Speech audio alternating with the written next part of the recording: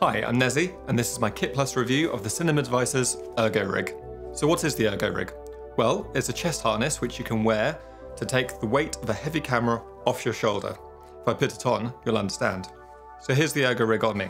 There's a waist strap, which tightens here, and a chest strap here. The idea is that the waist strap sits above your hips, and it's tight so it doesn't slip beyond your hips. This one here is just to stop this from sliding side to side. The idea then is that this shoulder pad area is raised just above your shoulder, allowing your arm and shoulder to be completely free, so that when the camera's on here, the weight of the camera is actually going down through these struts into the waist strap and resting on your hips and going down through your legs instead of being on your shoulder and going through your spine. As you can see, this is my f5 camera with a Fujinon XK6 lens. This rig weighs around, I think, 8.5, 9 kilograms. So yeah, for a short while that's fine, and most camera operators will be used to having that sort of weight on your shoulder. But also most camera operators at a certain age complain about back pain from having heavy cameras on their shoulder for a long time. This solves all of that problem. This camera is sitting on my shoulder pretty much as it would be normally, but here, there is a gap here. It's not actually touching my shoulder at all. And none of the weight of this camera is really going into my spine. That allows me to have this arm completely free. My back feels a lot more comfortable. This allows me to keep my back straighter, more upright, allows me to move side to side, and I can carry this camera for a lot longer. The weight's going into my hips, so sure, you still need your leg strength, but your back is safe. The ergonomics of this work really well. I can have the camera more or less where it normally would be on my shoulder. This is a very, very comfortable position to work at. There's less strain on my forearm holding the lens up as well, because actually it's balanced pretty well. I've heard a few users of the Ergorig complain that this whole system makes the camera too high on their shoulder. For me, that was a little the case when I first got it, and so there's one thing I modified to improve that. When you first get the Ergorig, there's an extra pad which sits in here to provide some cushioning. I found that wasn't really necessary. Fortunately, these pads are Velcro, so I just pull that out. Now the whole shoulder pad is much closer to my shoulder. My shoulder's still free, but it provides what I think is a better position for the camera. There's a few other things I modified about my Ergorig, and I'll show you those in just a moment. I think the Ergorig is quite well designed in terms of how you can customize it to fit you. Obviously there's the waist and chest straps, but there's also these two knobs here, two more on the back. What those do is they allow you to raise the entire shoulder section up and down. That's important for two reasons. One, to fit your torso. You might have a longer or shorter torso. The other reason it's handy to raise and lower the shoulder pad is you could, for example, raise it all the way to the top. I could raise it this much if I want a slightly higher perspective. I haven't actually needed to do that yet, but it's quite an interesting and useful feature. Another really important point of adjustment is these screws here, and there's two more on the back. They allow you to shift the shoulder pads on this axis and rock it on this axis. When I first got mine, I found that this whole section was digging a little bit into my neck, and also the camera was sort of rolling off to the side. It was a little fiddly, but with some fine adjustment of these on the front and back, I was able to realign it so that the camera pretty much balances almost without me having to hold it, dead straight, and it doesn't press into my neck anymore. I also found that the metal rim here was pressing into my neck a little bit, even after adjusting the shoulder area. Simple fix for that was to just unvelcro this whole pad, shift it across slightly so it overlaps the metal. Now that's no longer a problem because I just have this soft padding against my neck. Another point of adjustment is the height of the chest strap. It's on a sliding plate here, which is independent from the height of the shoulder area. So it can be slid up and down if, for example, you have a little bit of a belly, or women may want to slide it below or above their chest area. I personally haven't firsthand seen a female camera operator using an Ergorig yet. However, I am assured by the manufacturer that they work fine for women and they've had some really good feedback. I seem to remember seeing some videos from NAB around the time they first launched it from female camera operators trying it out. There didn't seem to be any problems in this kind of area, and the feedback seemed to be very positive.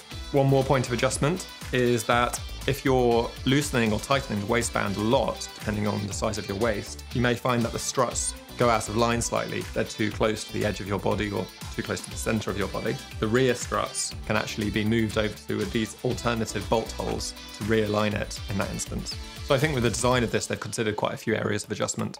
In fact, all of these bolts can just be taken apart should you want to dismantle it for traveling. When you get the Ergorig, it comes in this bag, and the whole thing fits into there pretty easily. It's also got a few extra big pockets, which are quite useful. A question I often get asked is, how is the Ergorig different from an Easyrig? Well, they're somewhat similar name. They're both camera supports that go on your torso. I think fundamentally they're quite different. The Easyrig is a better tool if you want to add a bit of liquidity into your shot. Especially with a serene arm, it can act as a bit of a stabilizer, especially when you're working with the camera sort of hovering in front of you here and moving around those kind of quite fluid handheld shots. The Easyrig's definitely a better tool for that. Another bonus of the Easyrig is you can actually also just hover the camera there and let go. So if, for example, you're working on a job where you're standing in one position for a long time, it allows you to get some relief by just hovering the camera there. I do really like the Easyrig for those kind of shoots, especially if I'm working from the hip a lot. Now the Ergorig does have a hip and low angle shooting option. I'll come to that right at the end of the video.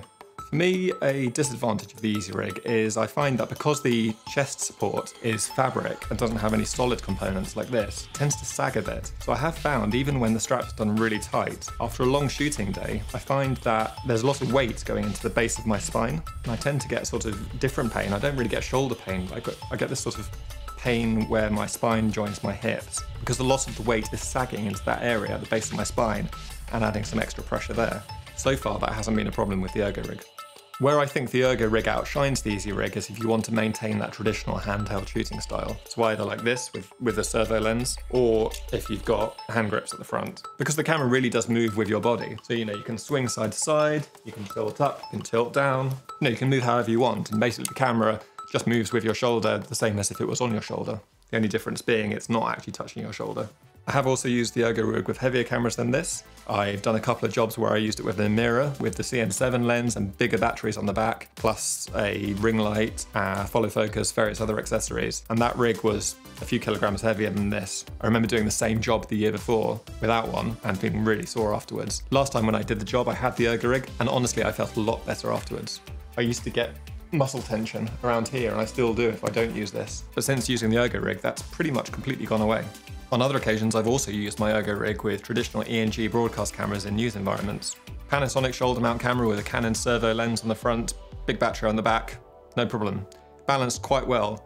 The shoulder pads of those cameras are curved a little more to really fit a shoulder, and this is a larger surface area, so it didn't fully rest itself completely on here. But I think the Ergorig still served its purpose. I was able to get the camera in a comfortable position. The viewfinder doesn't have an adjustment to move up and down, so I was tilting my head slightly, but overall it made a big difference to my day. It helped my back, and it didn't feel inconvenient using it. Another thing I love about the Ergorig, and I think in this respect it's also better than the Easyrig, although I must stress they are quite different tools, is that it's so compact. There's no bits protruding off it. So when walking through doorways, when popping into confined spaces or tighter environments, no problem at all. I've even got into a car with it. I've driven a car while still wearing it. It was a bit uncomfortable, so I had to sort of sit awkwardly upright, but I was able to. So are there any cons of the Ergorig? Any negatives? Well, a few.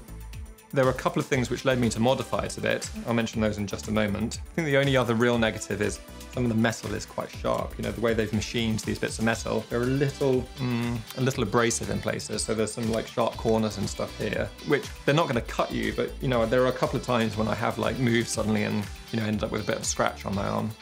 And the only other sort of negative compared to the Easyrig, I guess, is that you do have to use your hands all the time. There's no option to just let go of the camera and hover it there. So I've mentioned a few times about customizing the Ergorig. What did I do? So aside from adjusting the shoulder pad and the height and the waist straps to fit my torso, I made a few other small modifications.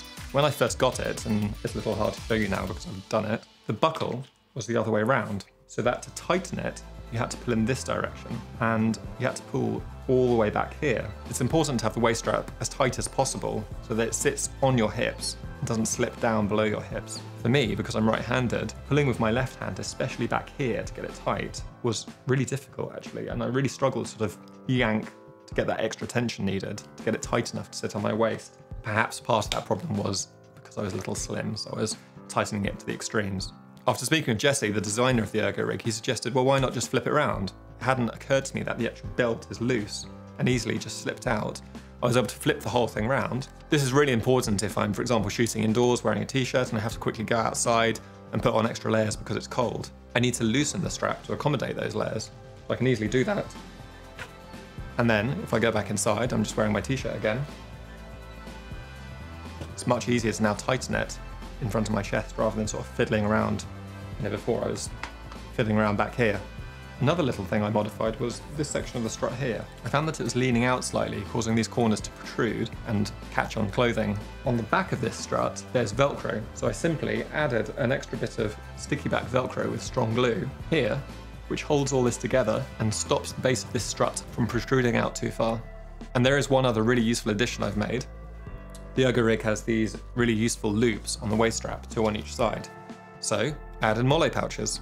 These are the sort of pouches typically used by military, airsoft, law enforcement, medics, to attach to webbing on backpacks, etc. They work perfectly in this situation. I've got two here, useful for odd accessories I need to carry around. I can even fit V-Lock battery in one. And I've got a longer one here, which takes a water bottle. I've also used it when working with a reporter or a presenter. If they have a wireless stick mic, they can just pop it in there, take it out again when they need it. It's really handy. Now there's one big component which I haven't covered here, because I don't actually own it. And that is, they do actually have an accessory for shooting from the hip or a bit lower down, a little bit like the Easyrig. It's a sort of stubby metal arm that comes off here with a really strong rubber elastic attached to it, which you would attach to the top handle of your camera. So you can still put the camera on your shoulder, the rubber elastic would just loop round, but then when you take the camera off and go for a low shot, the elastic would just stretch to take the weight. And as I understand it from the demo videos, the bounce of the elastic does actually offer some suspension, which helps with those low shots. I think it looks pretty neat, and I look forward to having the opportunity to try it. Because it's attached here, obviously the Ergorig still serves the same purpose. The weight is getting carried into your hips, rather than your shoulder and your spine. Well, that's it. I think I've covered everything. I hope that's been a really useful review and overview of what the Ergorig offers, what kind of shooting styles it's for, and how it can help save your shoulders and back.